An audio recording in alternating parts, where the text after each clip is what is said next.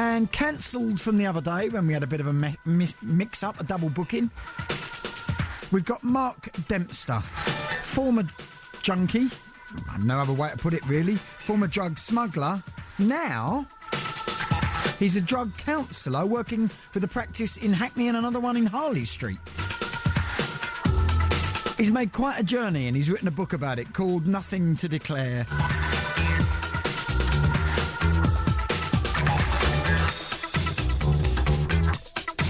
So we've got all of those, plus we've got a fourfer. Only we're going to shift the fourfer a little today. It's all slightly complicated, but believe me, it makes sense. So today's fourfer will be between 1:30 and 2 o'clock, right? So it's half an hour later than usual, but it's the same amount of fourfer. And today, it's one of the great kind of early reggae bands. Keep your head up, you can let your head down. Sing,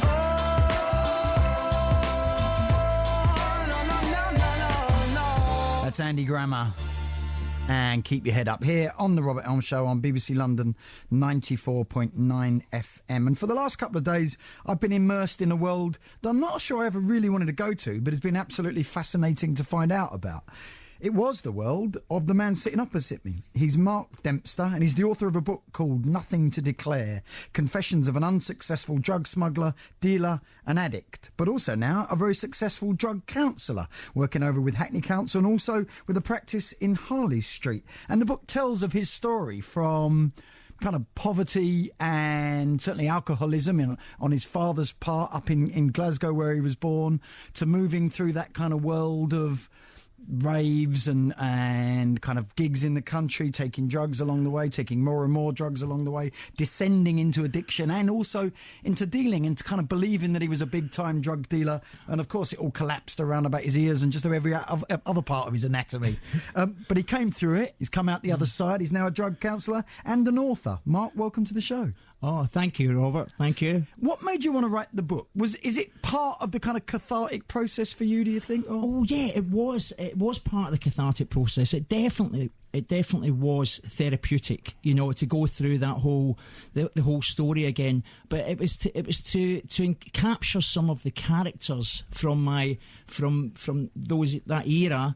But also, and it was a crazy life, Robert. Oh, it certainly was. Yeah, a crazy life. And I also wanted to write the book to give hope to other people who are going through the same situation, that they too can break the chains of addiction and find a new way to live their life and have freedom from the addiction. I mean, the book begins with addiction, really, doesn't it? Because your father's alcoholism was very extreme and you grew up. Do you think that inured you to the idea of addiction from very early on, do you think? Well, I think it became really normalised, Robert. Yeah. What was happening from a really young age is my father was a petty criminal. He was out, he was stealing I mean, actually, there's a funny time. I actually went out and he was stealing cars. He sent me out to get chips, and the next thing, my friend, I was standing with my friend, and he says, "That's your dad just went past in the car." I said, "No, it can't. He's in the house." And he says, "No, he did. He just passed in the car." And you know, and then later on that night, the police were at the door and saying your father's been held. He'd actually stole a police car by the end of it, an unmarked police car. So it was normalised. It was quite normalised, that type of behaviour. Now, for some people, that would make them think, right, I'm never going through what he goes through. I'm not repeating that. I'm going to be as clean and as good and all of that sort of stuff. That wasn't your reaction, though. No, I think with alcohol, definitely, when I was a young boy, I could see that I caretaked my father a lot of the time, yeah. And he was going through the DTs, and it did really. I used to think, God, this is horrible. You know what's happening with him, and I really, you know. But what happened with me was when I started to hang around with boys who were all smoking dope when I was a bit older, the older peer group, I thought, oh well, I really liked it, obviously, and I thought, well, this isn't going to be a problem. I didn't know that I've got the same addictive personality as my father, and it just went into the drugs, really, instead of the... How long would you say was the process, the descent, if you like, into addiction, from smoking a bit of dope, doing a bit of acid, whatever it was you were doing in the early stages? Yeah. How long and how kind of inevitable was the process to ending up sort of as a heroin addict and needles in your arm and living on the street and all that. Yeah. Well, see, it worked for a period of time. This is the thing. It worked for. What do you mean by it worked? It worked because what I didn't know was I was using drugs to medicate a deeper sense of unrest that I felt on a lack of ease in myself. So I was using the drugs and alcohol to medicate that. But also enjoying it. Yeah, of course. Because you can never deny that, can you? Oh, because definitely. Those people who look from outside at drugs and say, "Oh, isn't it terrible?" They have to understand that there are highs with the lows. Oh, Jesus, Robert. I mean, remember all the E scene, the start of the E scene, the 1984, 85, and I was going to Stonehenge in 1984, but it was all, watching bands, and, I remember seeing the Jam when I was 16, so there was lots of good times, lovely times that I had, of course, and you're never going to stop using drugs when you're having great times. But of course, as the addiction progresses, which it inevitably it done with me, and I've seen this with many people, I would say around from maybe the age of 24 to 32 were them dark years, and that was the slippery slope. My friend dying, finding my friend dead when I was 25, and then the next maybe 7 years, and then I was, it was a rock bottom really, and I stayed in that rock bottom. As well as being a drug user and then after a while a drug addict, you also became a drug dealer, didn't you? And yeah. And that's not an unusual process, is it really? I mean, lots of people are doing a bit of one and a bit of the other and all of that sort of stuff. Yeah. But you wanted to take it a stage further, didn't you? Yeah. And this is the thing. From a young boy, when I talk about this in the book, Confessions of an Unsuccessful Drug Smuggler, Dealer and Addict, from a young boy, I got the great books of hashish, and I wanted to go to all the countries where hash grew, and of course, being an addict too, I wanted to get the best product. I wanted to get the best hash in the world, and I wanted as much of it. So and also my peer group. I was around a lot of people who wanted hash, and it's really easy to fall into that, and. But eventually, as I say, that leads you on a path, a trajectory. I remember when I was in 1987, I was in jail and eventually got arrested in Spain, and I was in a prison called Alarin Prison in Malaga, and I was in with. It was all English, Scottish and Irish, big time drug dealers, because at that time all the hashish was coming from Morocco across on boats. So you get caught up, you get to know these other people, you're in a different league, they start introducing you to other people, and I guess it gives you a sense of kudos, doesn't it? A stature and all that stuff, albeit a warped one. And Robert, definitely, and if you're somebody who has low self-esteem, who has that who's ill at ease, who's uncomfortable in their own skin, that sense of that kudos or that respect, it fills that sort of void. But of course, it's an illusion. It's an illusion. You're looking for this affirmation from outside. At any point in your very low period, did you think, hold up, I'm doing exactly what my dad did. I'm lying here shaking, feeling terrible, throwing up. Do you see what I mean? All the things you'd watched your father do as a young man, and your mother had to watch your father do. I mean, your mother's one of the kind of heroes of the story, isn't she? She is. My mother's a hero. My mother's alive today. She's my father. Yeah, my father died. My father actually got 14 years sobriety. He died just there in April.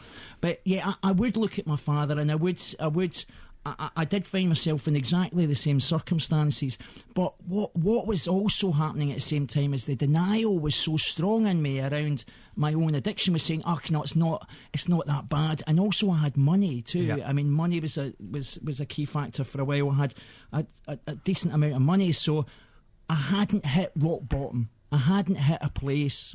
We'll come to that, and we'll come to the redemption as well, that inevitably is the other side of the story. But as it's now just approaching 1:45 here on the roster, author of Nothing to Declare, Confessions of an Unsuccessful Drug Smuggler, Dealer and Addict, and now counsellor, who works with people who've been through what he's been through. I mean, as well as the horrible bits, there's lots of funny stories in the book, aren't there? And lots of very, disreputable characters, but some very funny ones along the way. Yeah. Yeah, I know. And funny stories, situations that you get yourself into when you're pursuing that type of lifestyle, like the Morocco. I don't know if you read the Moroccan. Well, tell it. Oh yeah. Well, basically, at one point I was in Morocco. I'd been to Katama, which is the little village where all the hash grows in Morocco, and I was bringing some hash back into Spain, and I met some Germans, and the buses, there was no bus. Anyway, the long and short was I wound up with getting a lift for some Germans, and they were going along the BMW, and I had to wrap some of the hash up because I was bringing it across the border, and I found a clearing, and I thought I didn't know it was Ministry of Defence land, but basically I'm in a clearing, and then I'm in the sort of trees, and I'm wrapping all this hash up with cling film because I'm going to swallow this hash, and the next thing I heard a crack, and I look up and there's a Moroccan soldier, and the Moroccan soldiers like got a 303 rifle, and I'd grab all my hash and I'd run, and the German, one of the Germans who's wrapping hash as well, is he's stuck with a soldier. The long and short of it is the soldier then takes us back to the car, and the BMW car, because he's looking for lots more hash, but he starts to find the Germans guy's pornography, and it's crazy, but he finds their pornography in the rucksack, one of their rucksacks, and obviously he's a bit stimulated by this, and he takes us both back into the trees, and he points. And now he's not, at this point, he's not got any of my hash. My hash is, I've taken it and I've stashed it somewhere else, but he's got the German person's hash, and I can't remember his name, Hans or something, but anyway, the long and short of it, the soldier points to a tree where there's a branch coming out, and he says to me, he says, indicates to me, because he can't speak any English, he says, like, bend over the branch, and he starts to undo his flag. Yeah. And you get the point, yes. Right? And my immediate reaction was, No.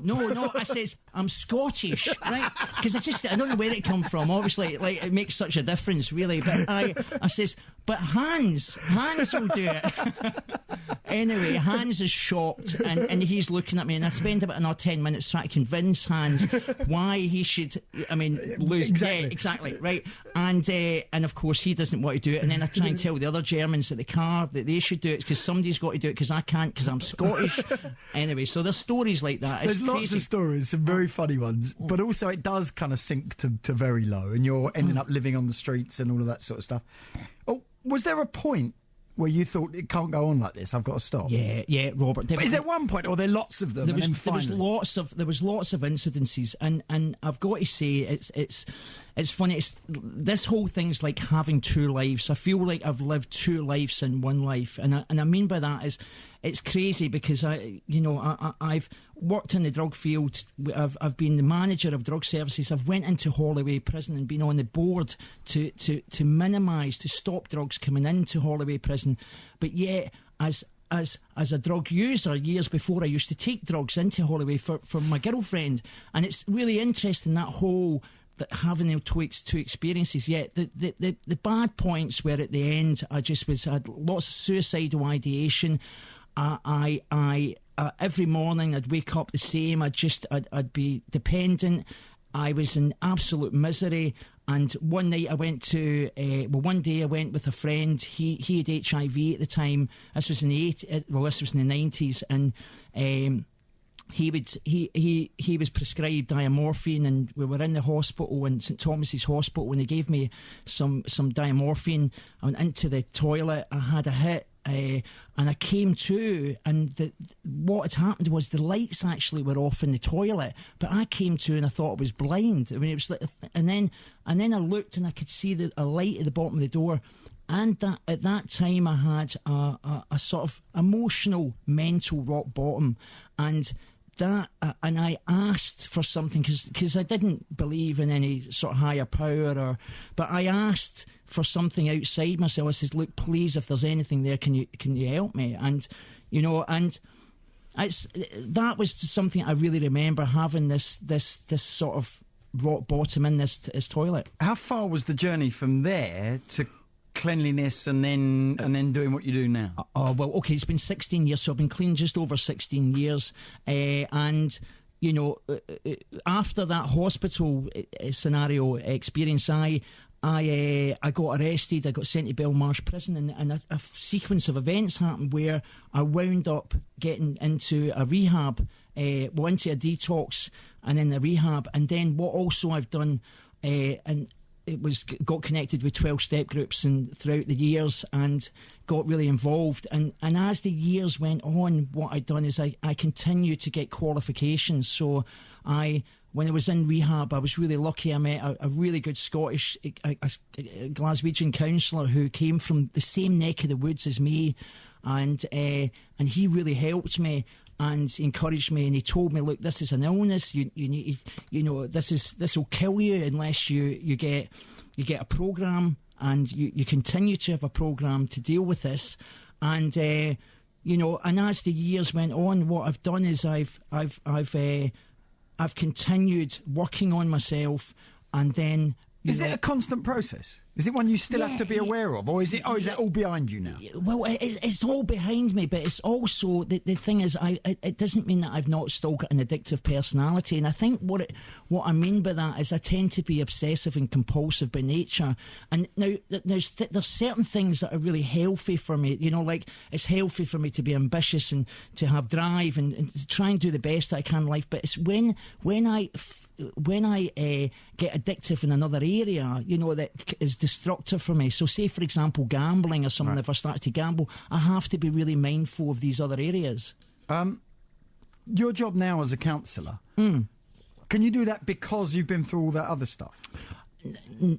Well, no, it's not just. I get. That's obviously an element of it. Yeah, it's an element. I feel that when I first started to train as a counsellor, I thought, you know what, I can use all this negative experience in a positive way, you know, and also in you know, the programme that I follow is that there's a statement that says we can only keep what we have by giving it away, and I feel that, you know, I mean, the thing is, Robert, I've been around addiction, as we said at the start of the interview, even before I took drugs and alcohol. I was around my father's addiction, so sure. I've been around it all my life and around my family. So, but now that you're clean, see, it seems to me I think it's admirable what you're doing. I'd want to be living in a field somewhere with no one who's ever heard of drugs. Do you know what I mean? And I want to be in a place that's sunny and bright and no one's got problems. And do you see what I mean? I'd want to be as far from it as I could. Yeah. And yet you still have to deal with it every day via your clients. If you see what I mean? Yeah. But I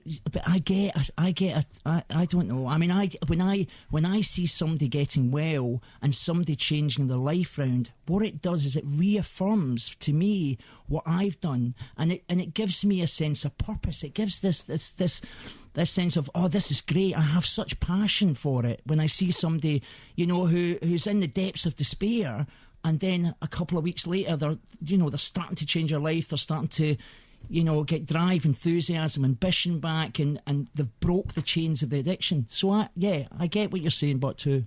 That's what you've done. And if you want to read about it, and it is a fascinating, occasionally harrowing, often funny story, it's Nothing to Declare, Confessions of an Unsuccessful Drug Smuggler, Dealer, an Addict, and now a very successful drug counsellor. Mark Dempster, thank you. Thank you, Robert. Great.